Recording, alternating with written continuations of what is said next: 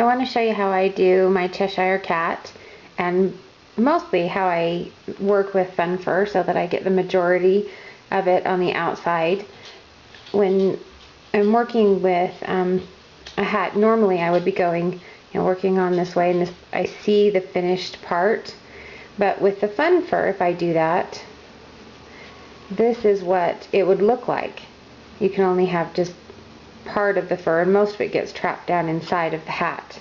So what I do is, here's where I started, and I'm just working. I've got both the fun fur and the purple, and I'm working until it calls in the pattern to drop one, and I'm going to drop the fun fur as I go across, and this is going to end up being the smooth part of the face.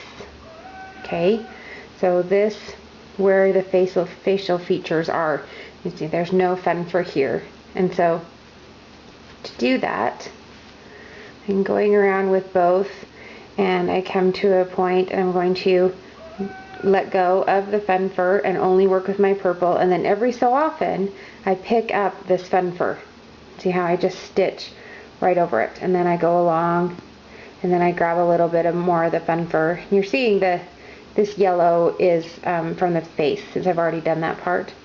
But I actually have all these loose strands of the fun fur across the face section, across the back of the face section, and then I come around and I'm going to pick up the fur, and I go around for that row, and then when I get back to where I'm supposed to be dropping the fun fur for the face, I drop that part, but I want to carry it across the back, because if not, I'd have these big long strands of fun fur just hanging that I could get something caught on.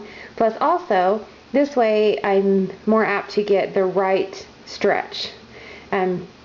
Sometimes if I'm working and I have to carry a yarn across the back, then I end up getting it too short. So I don't leave enough of the yarn that I'm carrying across, and so when I'm all done, I've got these big pucker spots because I pulled it too tight and I didn't leave enough room. So if you'll just catch it every so often, just yarn over it as you're doing your next stitch, and then that way, when you turn him around, he's much fuller.